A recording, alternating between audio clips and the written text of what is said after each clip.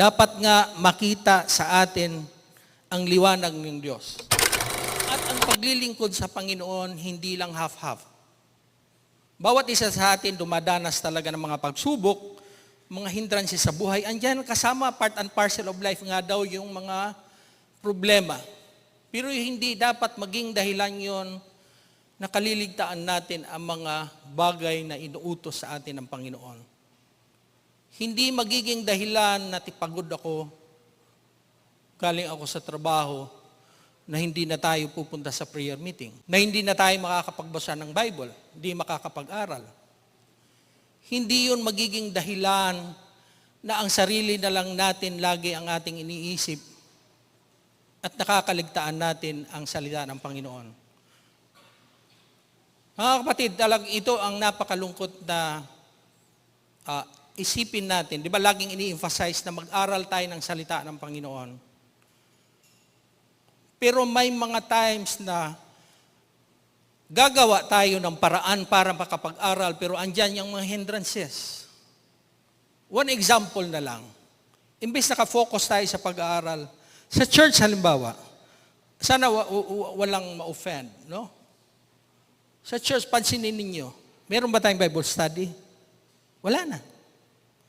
Kaya kung ang individual, bawat individual sa atin, hindi tayo magpupursige sa pagbukas ng Bible natin, paano tayo matututo? Paano natin makikilala ang Diyos?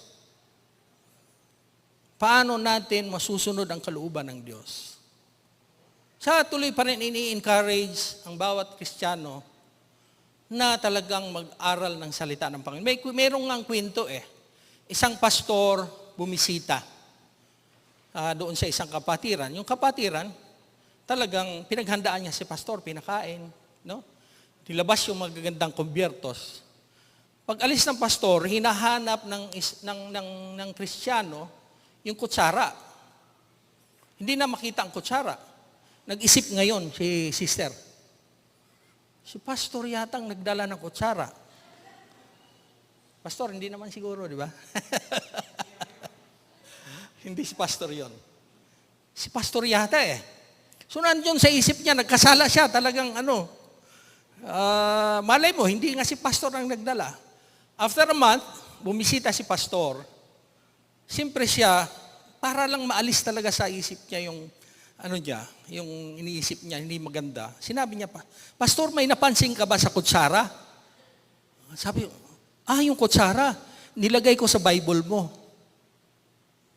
Nag-guess nyo? Ito ang problema. Hindi niya nakita kasi hindi siya nagbubukas ng Bible.